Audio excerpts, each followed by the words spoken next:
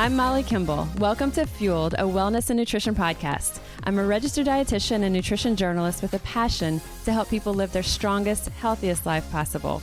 In my weekly TV segments and columns, there's a limited amount of time and space to cover everything, but there's so much more to share. This podcast is my opportunity to dive deeper into the topics you want to know about. This week's podcast is Adapting to Our New Normal, and it's Adapting to Our New Normal Part 2. This is inspiring stories of organizations who are changing their course to serve, support, and protect our community. We've talked a lot in the past few episodes about the importance of really making it a point to seek out the positivity around us and embracing the happiness and even those smallest glimpses of joy, of happiness that are popping up through our day. But we have to really actively seek out these little moments to help us shift and try to stay more in that positive mindset. And these little moments are there, these bursts of positivity, they're there. We just don't always see them. And when I was telling a friend about the podcast episode, the topic that I was going to be doing, she shared with me a quote by Mr. Rogers. And if you haven't seen the new Mr. Rogers movie, and you may happen to have a little bit of extra time on your hands, check it out, A Beautiful Day in the Neighborhood. It is, I watched him growing up as a kid, but there's just a lot behind that we had no idea. And it's truly one of those that leaves you like really wanting to be a better person. So that fresh in my mind, when I got this quote from her, I really liked it and thought it's exactly what we're talking about. And the quote is from Mr. Rogers, and it says, he says, "When I was a boy and I would see scary things in the news, my mother would say to me, 'Look for the helpers. You will always find people who are helping.'" And that's what this is all about. That's what this episode is about. That's what I'm working to do myself personally. I encourage all of us to do is continue to look for these flashes of positivity. And one space that we can really find this is in the incredible response of so many organizations, from nonprofits to Fortune 500 companies. They are making these giant changes to the way they do business to help patients, to help frontline workers protect their own health, to provide meals for those who are now without a job or not in school to get those meals. And they're supporting our communities with wellness and protection and medical care. And we've all heard the stories, car manufacturers have been given the green light to start making ventilators. And in the retail world, certain brands are using their resources to make masks and shield and other protective gear for hospital workers. And distilleries are making the switch from producing liquor to making hand sanitizer. And organizations are stepping up and serving free meals, and in many cases, really healthy free meals to kids since schools are out. And as we know, schools are often the sole source of any semblance of a nutritious meal for many kids.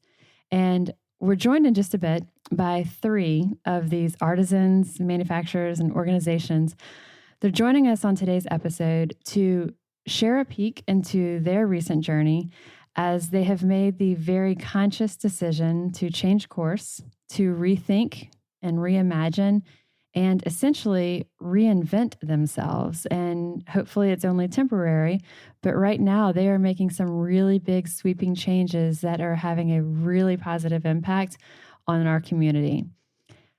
I also want to touch for just a minute on Ochsner Health. As our regular listeners know, my full-time role is with Ochsner Fitness Center, and our entire Eat Fit nonprofit initiative is supported by Ochsner. We are all under the Ochsner umbrella. And I am really so proud, as we all are, of our frontline team and the passion and dedication that they are bringing every day.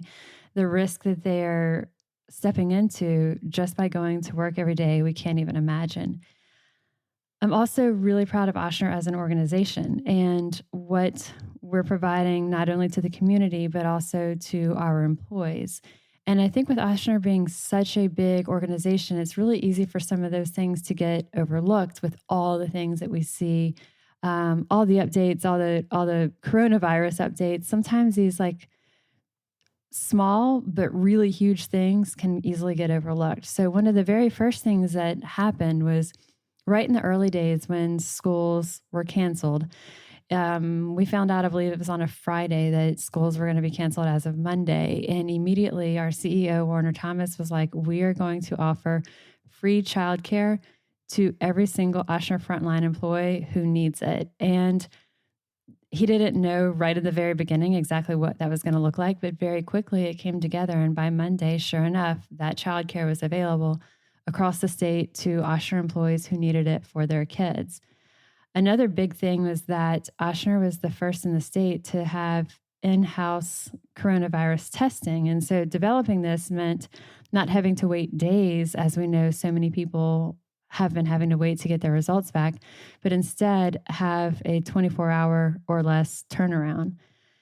Things like financial counseling, mental health services, all of these and more are available through Ochsner's Employee Assistance Program, and it's free. It's available to all staff.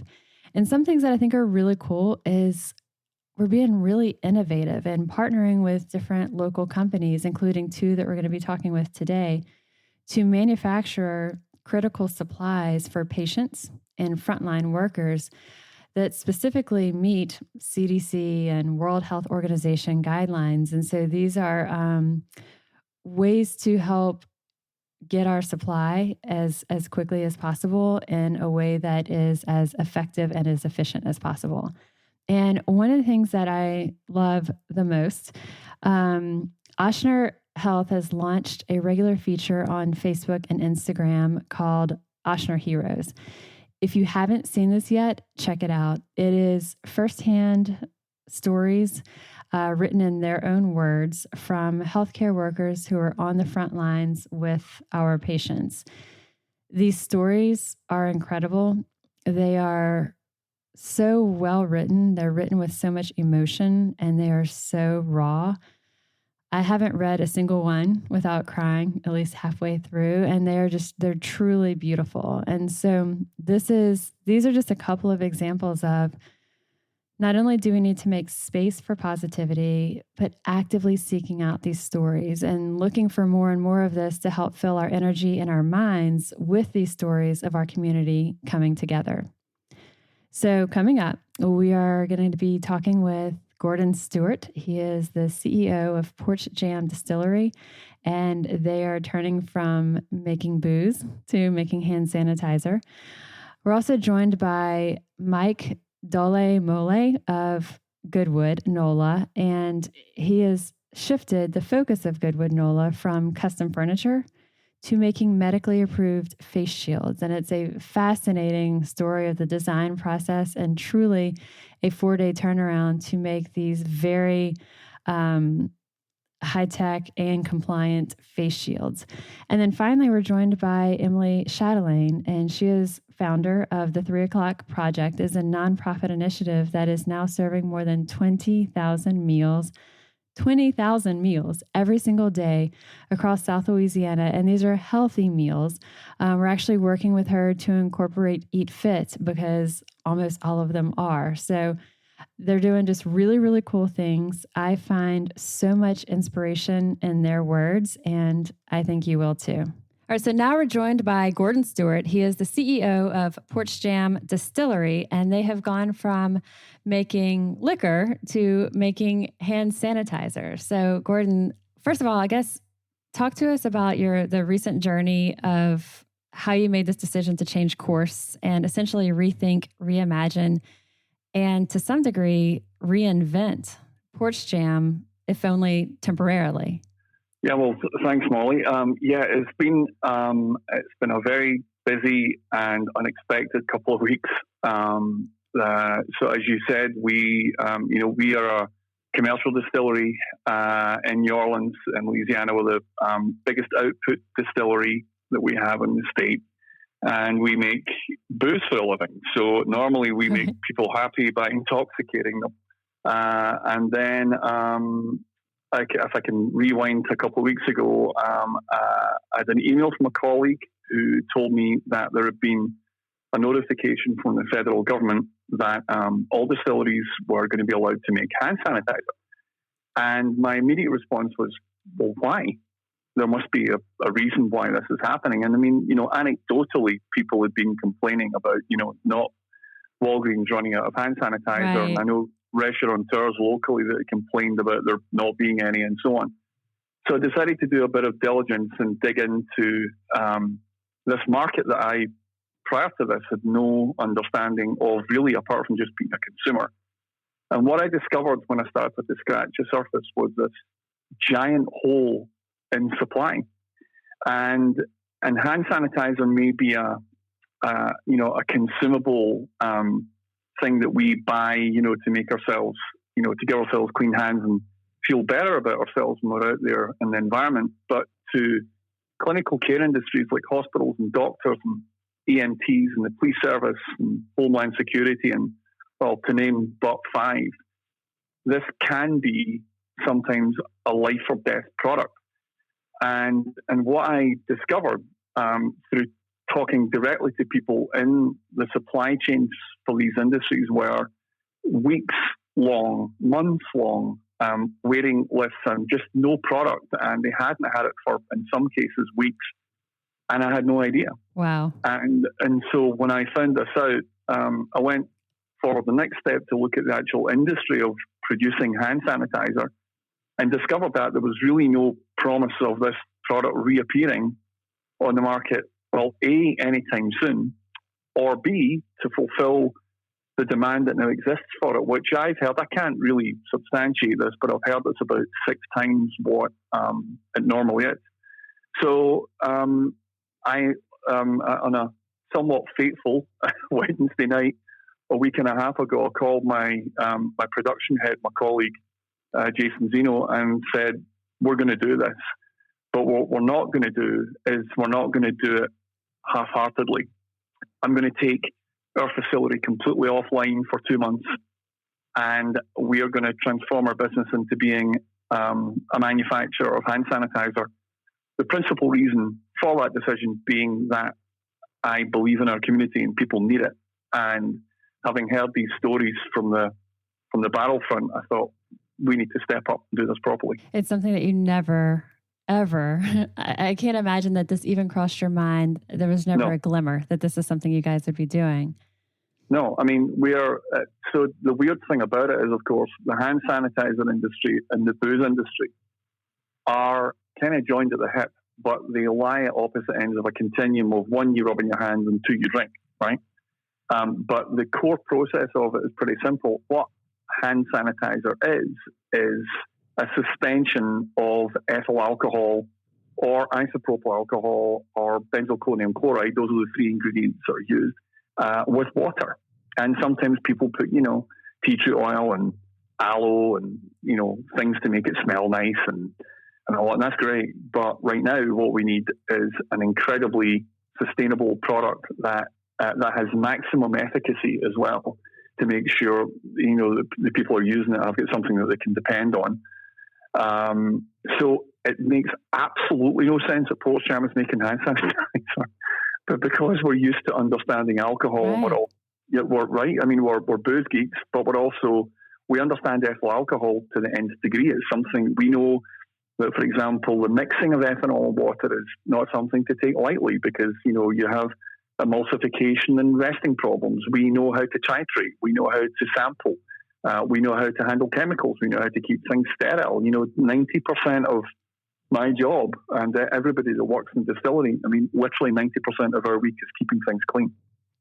So we operate a facility that is sterile by definition. And so I suppose, in a way, it makes sense for us to do it. But had you asked, I would have probably fallen off the sofa laughing had you asked me. Right. And Ochsner Health here in New Orleans and across Louisiana has turned to you guys for this. And because the hand sanitizer that y'all are producing, you've made sure that this is consistent with the World Health Organization standards.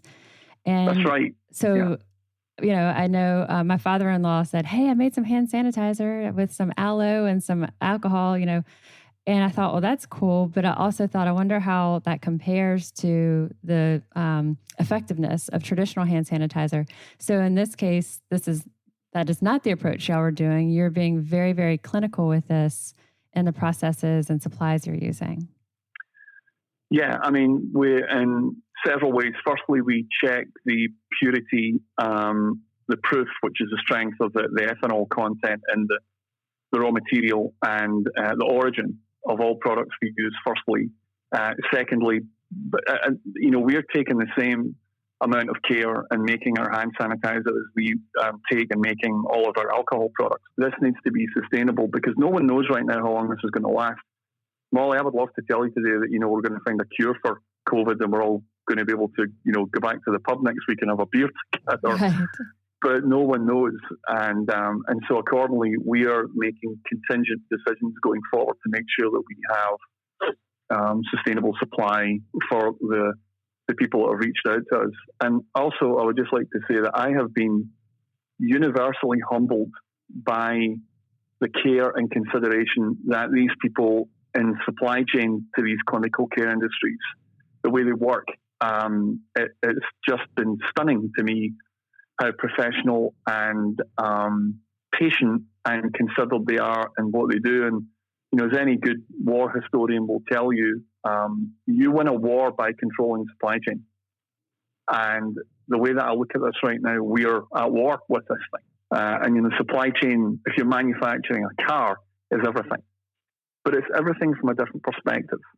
It's everything because what you're trying to do is reduce inefficiency, cut cost, and keep effectively, your brand image and your customer loyalty satisfaction up to an acceptable standard.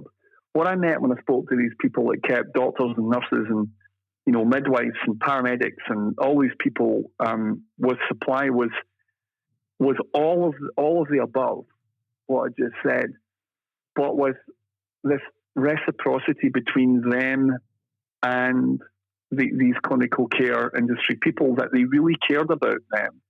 And they told me that you've no idea how happy we're going to be when we can get your product to them. This is going to change their life. They're at risk. They're facing this disease in the face every day with minimal protection. And that's just not going to strike a chord with me, Molly. That's going to strike a chord with anyone that has, a heart and a bit of a scrap of humanity within them. And it seemed to me that what I was talking to was less so a supply chain manager, and it felt more like, I immediately had kind of like World War II imagery. Maybe it's just my age, but in my head, imagining someone, taking munitions to the front line, and they're in it with these doctors and nurses and actual technicians and clinicians as much as I think anybody in the supply chain can be. So I was, as I said, I was humbled and fascinated and inspired by them. And the people that I've spoken to so far in Oshner and elsewhere have just been astonishing people. And I owe a lot to them in terms of being able to get this started as well by asking, they've been great in terms of helping me figure out how to deliver the product in the right way and giving them assurances and being transparent about our process and all that. So yeah, they've been great to work with. So tell us, how did you make such a fast turnaround? So I know that there was researching it. They're seeing what goes into it. There's working with Jason Zeno on your team, who you mentioned. How did you do it so quickly? Have you ever done such a turnaround so quickly and a game change that fast? Wow, what a good question. I think the honest answer is that I've never done anything quite as quickly as this. No. And I think there's probably half of the answer that I'm not able to give you that because my head is still spinning. I'm not entirely sure how I was able to pull this off in basically a week. But I'm a big believer in instinct, and I'm a big believer in I'm a big believer in humanity's sort of skill in getting things done that you think are just completely impossible and intractable. And and what I did, to be honest, was I laid down a critical path on a single document that sits in my laptop to this day, and I said, okay, if we're going to do this, these are the requisite steps that we have to do. These are not optional. We have to do these in order to do this right. And there were, I don't know, Molly, there were probably, over the course of a week, there were probably 50 times that I sat and talked to myself, quietly in the corner saying, "You're a lunatic. What do you think you're doing? You can't possibly do this." But I was driven by what I heard from, these, especially the clinical industries, people that I'd spoken to. And I have a 7-year-old daughter that I'm looking at right now. I'm homeschooling her right now. And I just didn't want to imagine her getting sick and not be able to go to a hospital where people were able to treat her. So, I had a lot of very local inspiration to do this. And then I thought about my community and the people I employ and my friends and my family. And I thought, we've got to do this. And if you have a spark of, I'm a great believer in drawing the line. I've got a kind of line in the sand in my personality that I only bend so far, and then I just decide to get something done. And that's kind of what happened. I heard people. I'm from Scotland originally, as you can probably tell from my silly accent. But I heard, what was happening to people in the UK and Europe, and Italy, of course, was such a huge issue and still is. And having that in my back pocket to give me the fuel to do this was really what got me through it. But I've had to rely on Zeno, as he's known, my colleague, to help me with this. He's an amazing partner, and to have him, help me and figure out these intractable problems is how I managed to get it done in a week. But I'm not quite sure I could repeat it. Right. It's been interesting. Right. It's these things that we don't know that we're capable of until it happens. It's like surfing, right? I don't know if you ever tried to surf or ride a bike. If you think about the constituent steps of learning to take a surfboard onto a wave and not fall off, or to keep a 2-wheeled bicycle upright and sit in the saddle and steer it, if you write down the constituent steps to do it, and you looked at the 2,300 steps it would take to ride a bike, you would never do it. Right. And sometimes what you just have to do is get in the saddle and go, and that's what I did. That's what we did in the last week. So I'm getting phone calls, right now where, we're looking at things are beginning to appear and arise. And, we hit full production this week. And when I say full production, from our perspective, it's sizable.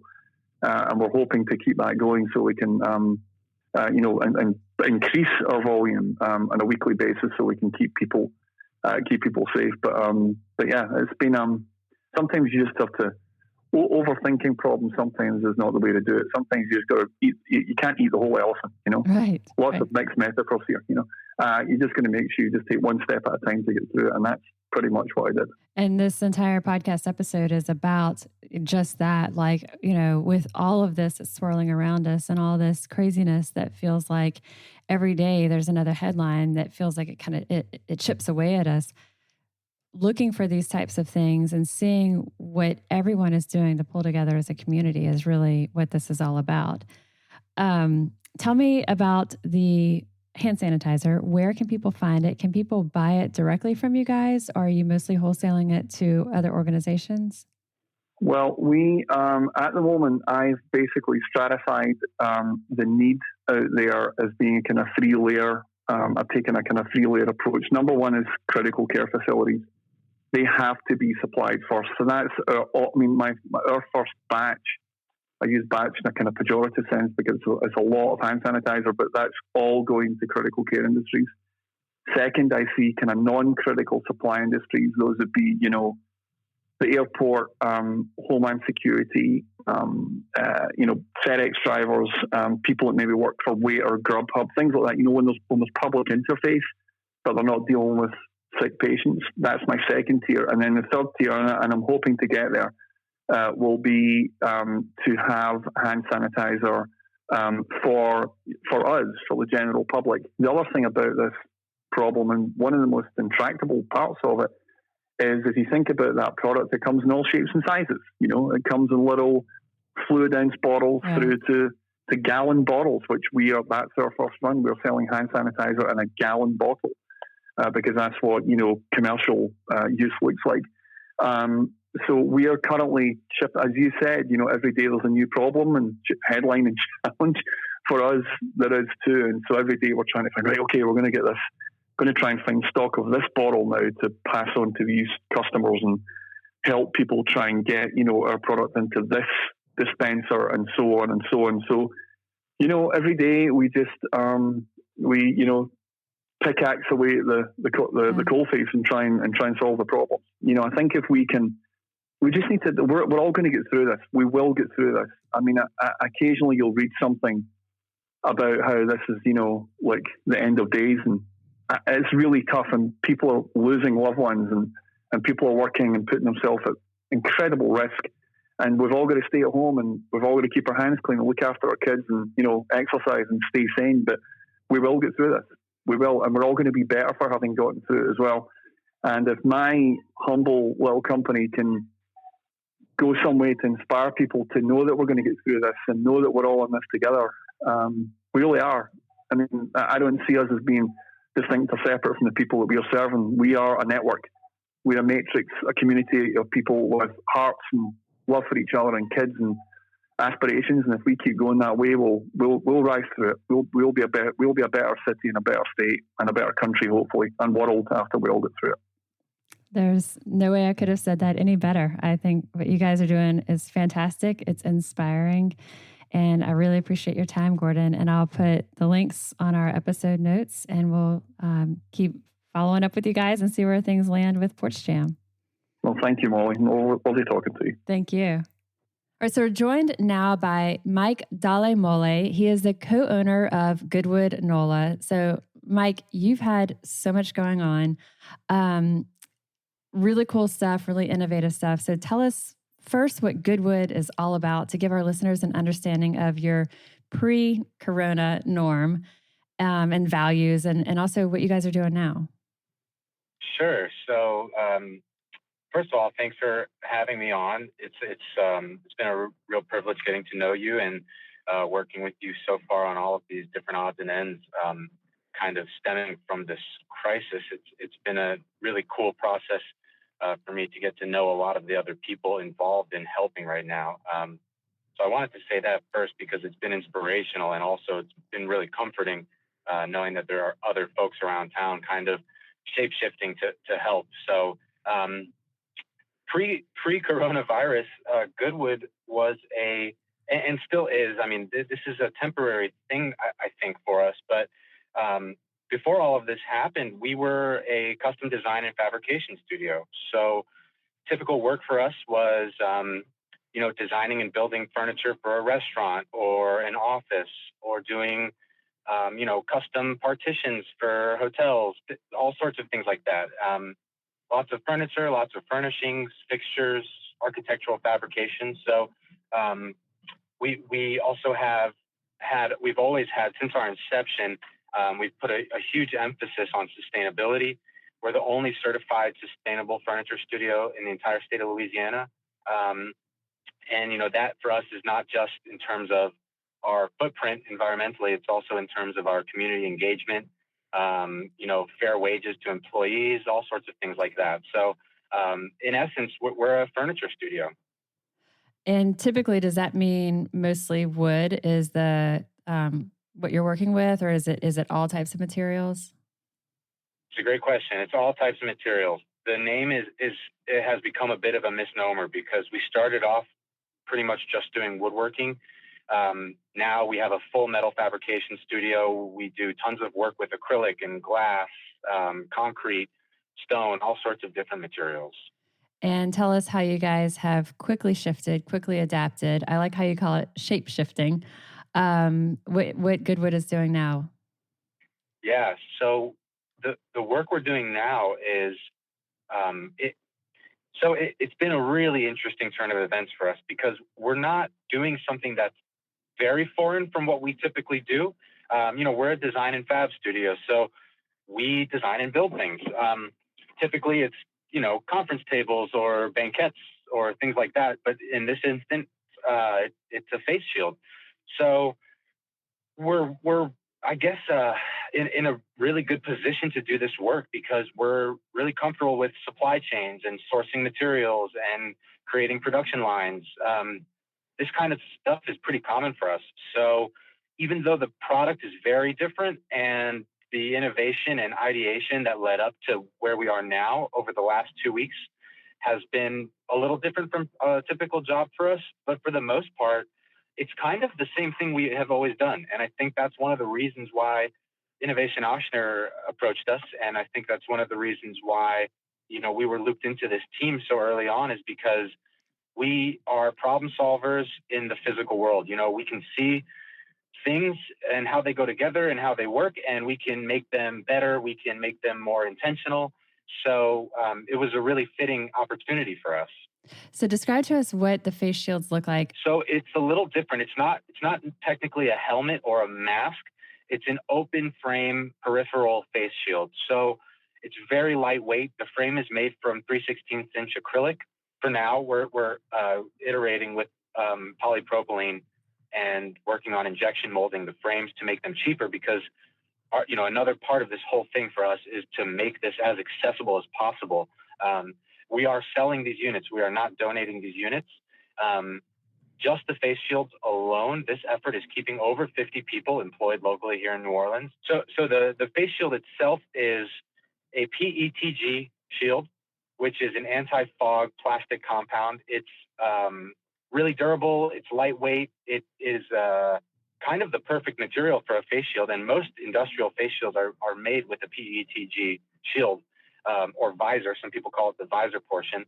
The frame is acrylic, and through our work with Ochsner, we've learned that the types of sanitation they use can break down acrylic. So we're trying to iterate toward, like I said, a polypropylene frame, which is going to be a lot more robust.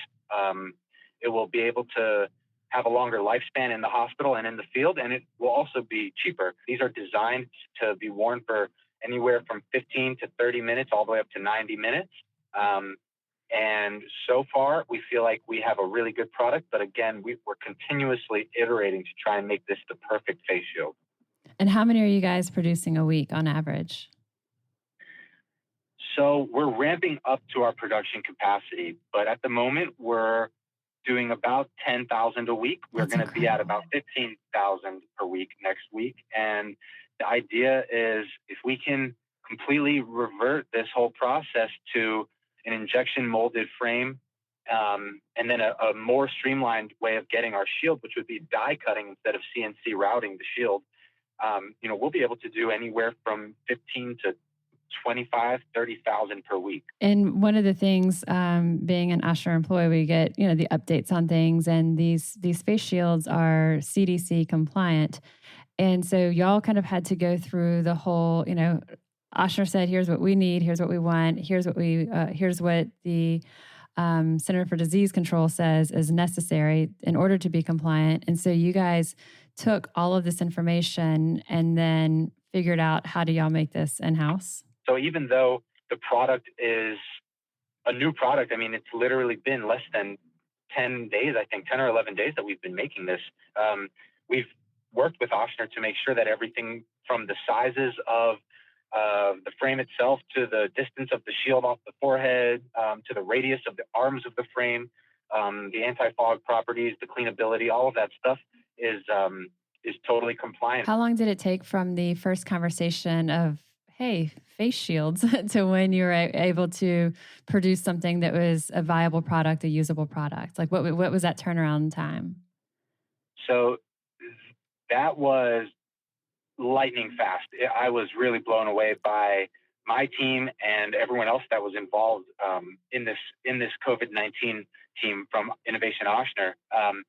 We had doctors and nurses and all sorts of folks basically at our fingertips for approvals of prototyping.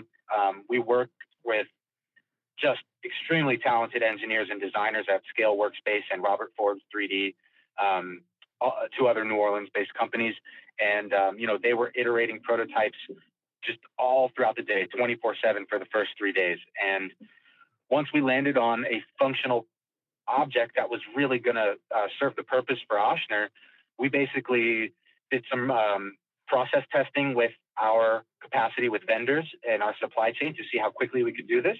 And within 4 days from the very first meeting with Ochsner, we had over 50 units on doctors, nurses, and clinicians throughout the Ochsner ecosystem testing these in the field.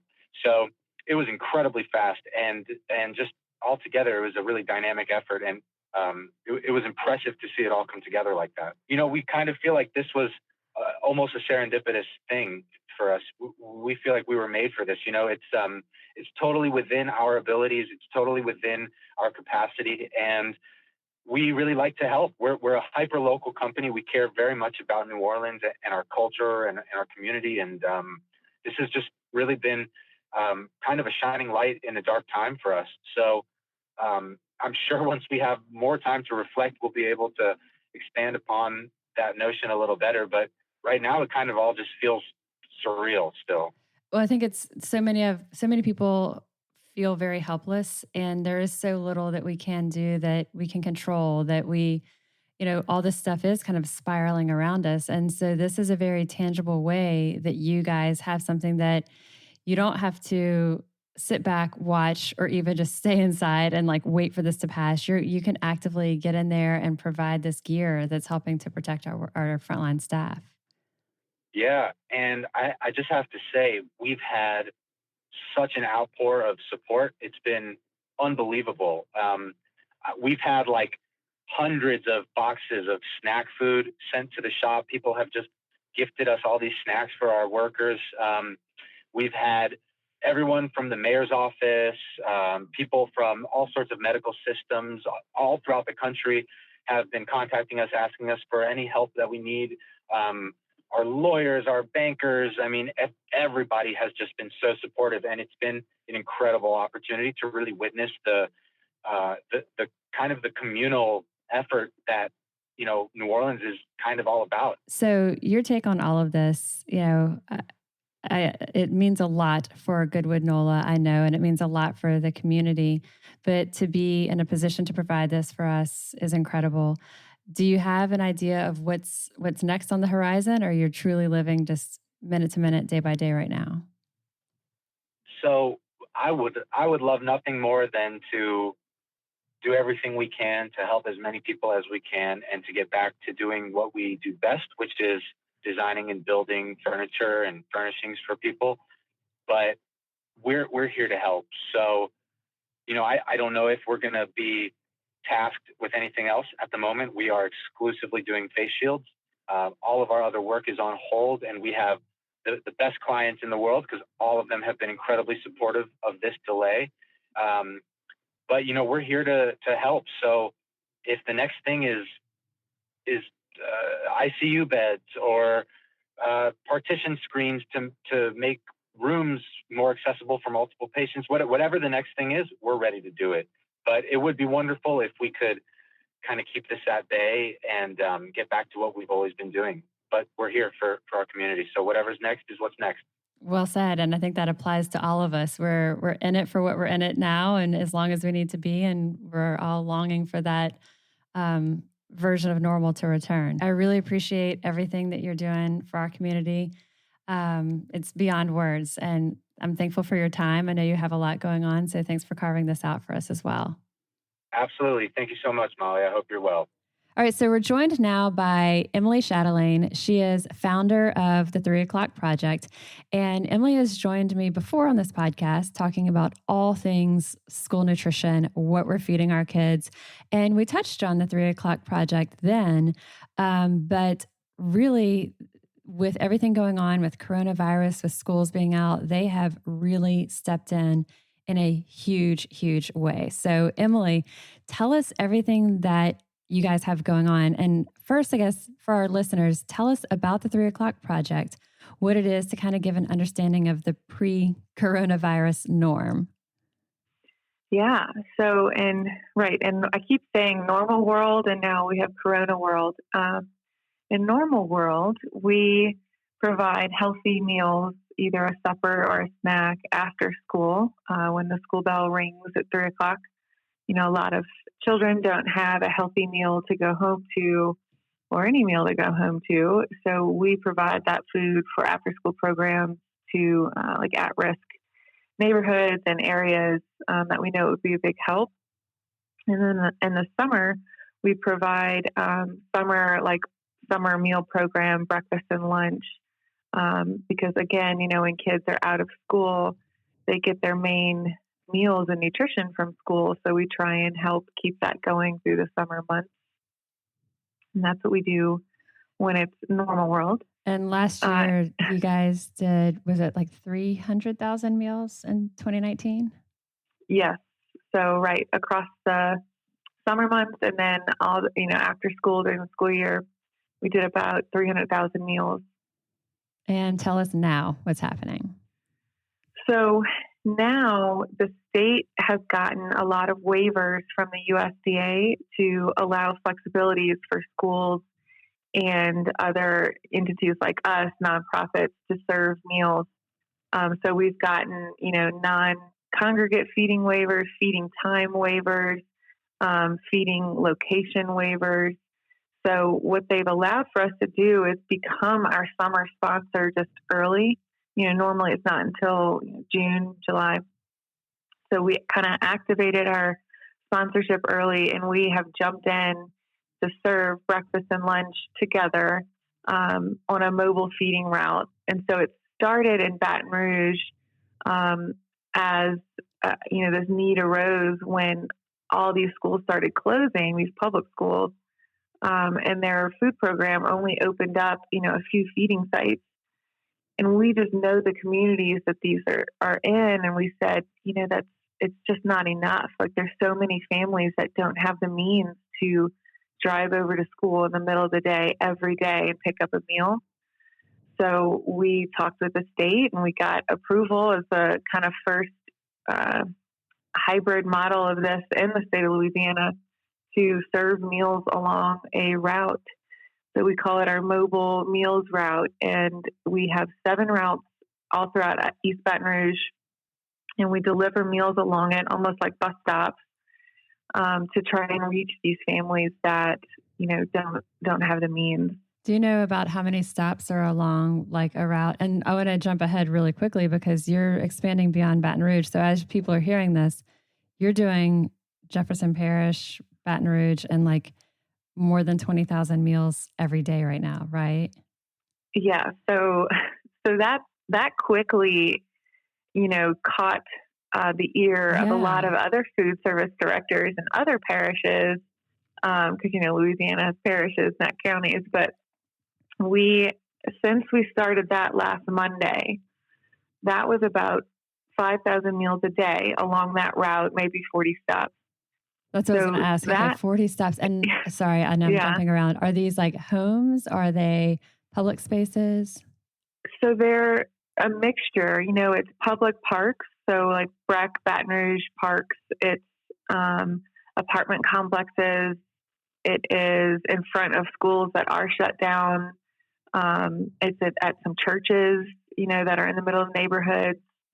So it's everywhere. It's kind of, the idea is that it's not in just these certain type of areas. So we're just trying to go in the middle of where it's highly populated and kids can just walk over and grab a meal. And how did y'all let families know that this was coming their way? So Breck has been an amazing partner. So that is the entity that owns all of the, green space and parks throughout Baton Rouge. So we have just networked like crazy. We've called local city councilmen. We've contacted, church groups and Facebook groups. And there's a lot of other nonprofit organizations that do other great things in these communities, like tutoring programs or, mentoring for older kids. So we just kind of started massive tagging everyone we could on social media, and it picked up really quick and, got shared out, and Breck shared it out. So it's just been kind of like grassroots, like, hey, spread the word. These meals are coming at this time, at this place. And can any kids come? They don't have to be from certain schools or on a list. Is it any children who are in that area can come pick it up? Yeah, absolutely. So it's any child 18 or under, no matter the school or if you're in school, it does not matter. And so you have to see the child there and hand them the meal. It's not that they would take multiples back or something, or how does that, because I would think that would be a little bit hard to police, or do you even try to? Well, the state, again, sent out a waiver that a child doesn't have to be present. So a guardian can come and pick up. So, for example, we're serving meals out in central Louisiana, which is a little bit, it can be a little bit more rural. And we had a neighborhood group contact us, and they kind of said, hey, we'd like to send a representative each day. We have 20 kids in the neighborhood. We can send you a list. They all go to central middle school and high school. Can we come and pick up 20? So cases like that, we've said absolutely. That checks out. We're happy to provide it. And, they've been open and transparent. Are there some people out there who might come by and get a meal and it doesn't go to a child? Maybe. But, we're just in like crisis mode. Exactly. Yeah. Exactly. And then how did you do this so quickly? Because you pulled this together almost immediately after the schools were shut down in Baton Rouge. And then, like you said, you're expanding it into the greater New Orleans area with Jefferson Parish, and other places around the state are now reaching out to you. But how did you pull it together so quickly for the kitchen staff, sourcing all these ingredients so quickly, and then the distribution channels, the delivery trucks? How did you get it? How'd you do it?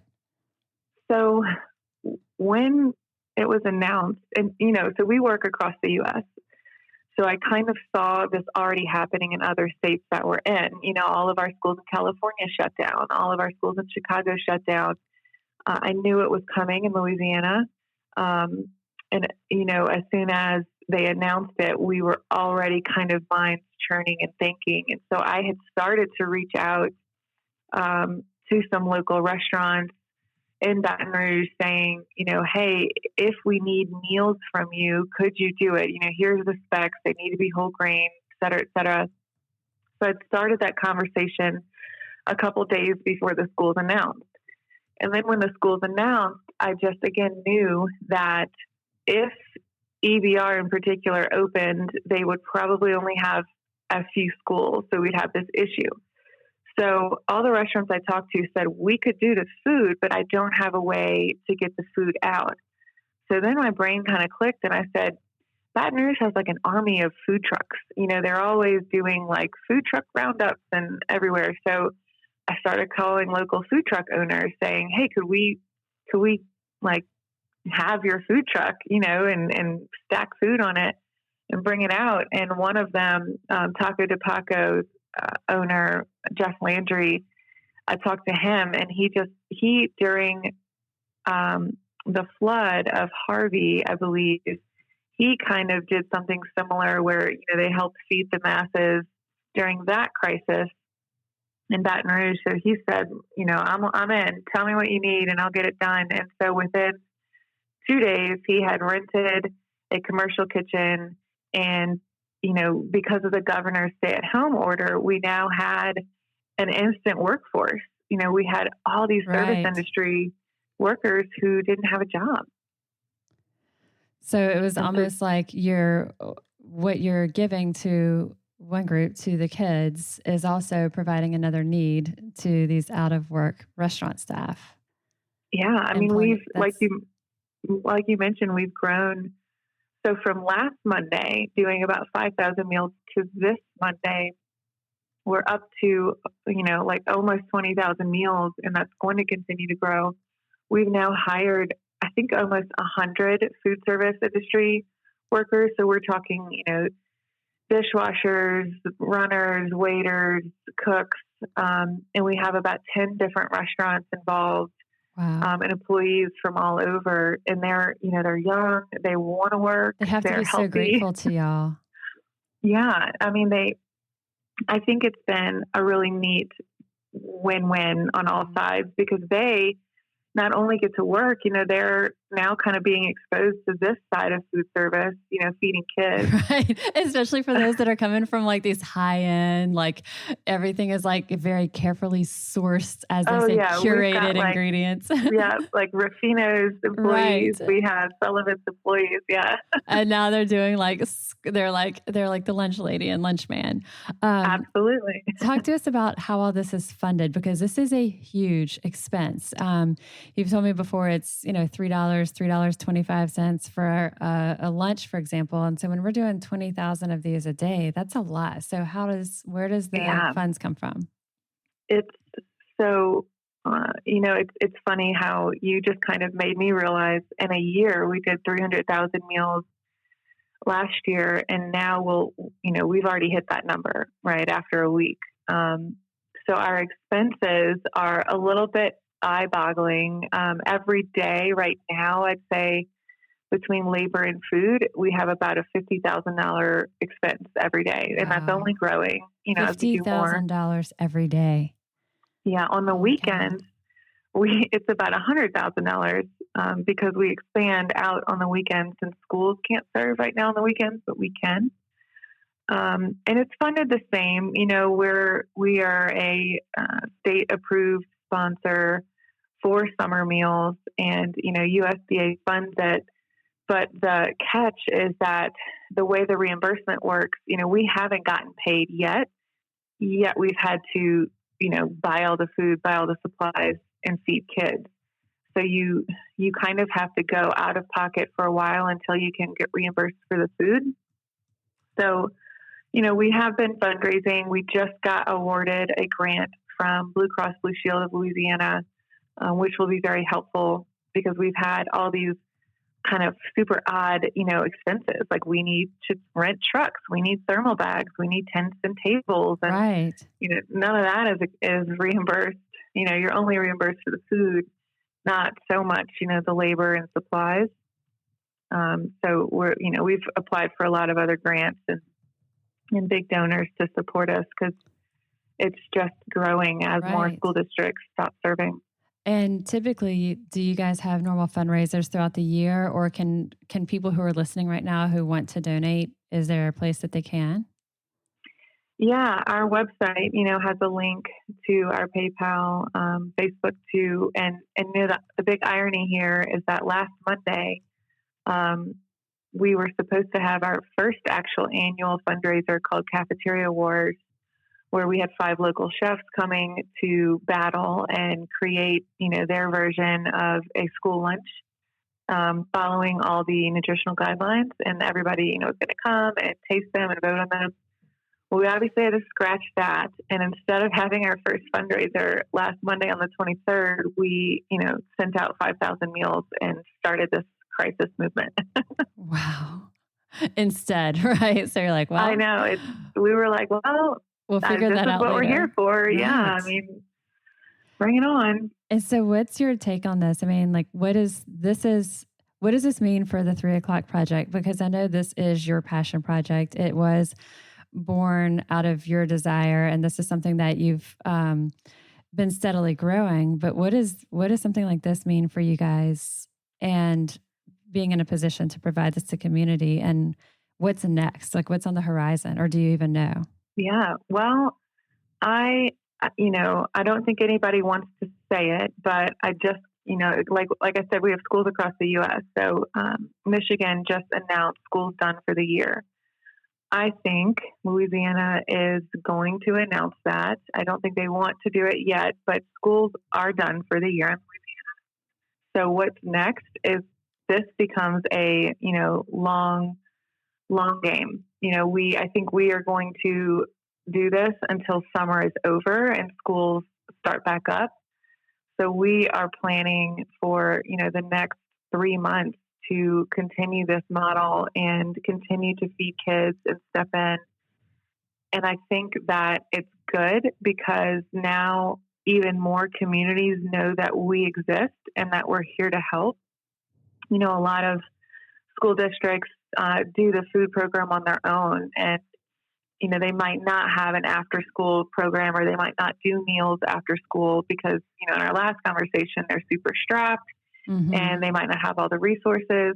Well, now we've become, connected and partners with so many school districts and food service directors that I'm hoping, if anything, this is just going to open up access to more meals for kids after school when this is all said and done. More contacts and more introductions that have been out of necessity, but also so much trust for you guys and confidence and gratitude for y'all. I think that it's something that a lot of times someone's like, well, what's the catch? Well, you say you're doing this, but what's the catch? And so people are able to experience the 3 o'clock project and realize there is no catch. This is truly to provide nourishing, wholesome meals for our kids for free. And there's no catch to it. So if someone wants to see more information, what's website, social, any links for you to share? Yeah, so we created like a COVID page on our website, www.3o'clockproject.org/COVID, or just go to our main website and you'll see, in the search bar to click. And that's going to show everything that we're doing, every district we're in and parish we're in, which is, slowly growing across the state. And we've gotten reached out, like, how can I help and what can I do? And it's a little tough, with these COVID CDC guidelines of safety. We haven't really been saying like, come out and help, because there's such strict, safety guidelines to be following. But just the support and sharing our site and sharing our links and just, getting the word out has been incredible. And that's, even just that is a big help. I think it's incredible what y'all are doing. So, and this is, one of these, when we're encouraging people to look for the positivity and see the good that's coming out of this, I think this is a fantastic example. So thank you so much for your time, Emily. Yeah, thank you, Molly. We're so grateful to Gordon, Mike, and Emily for joining us today. They are doing truly incredible things for our community. So as always, keep making space for positivity. Keep seeking out more stories like these so that we're filling our minds, our spirits, and our energy with inspiration and with peace. As mentioned, I am including all of the links that our guests talked about in the show notes of this episode. And I am registered dietitian Molly Kimball, and you've been listening to Fueled Wellness and Nutrition, the podcast. And if you would like more Fueled Wellness and Nutrition, please head over to mollykimball.com, and you can follow me, Molly Kimball RD, on Instagram, Facebook, and Twitter. And if you haven't yet, please go to Apple Podcasts and subscribe, rate, and review this podcast. And join us next week for another dose of Fueled Wellness and Nutrition. Thanks for listening, and stay focused on living your strongest, healthiest life possible.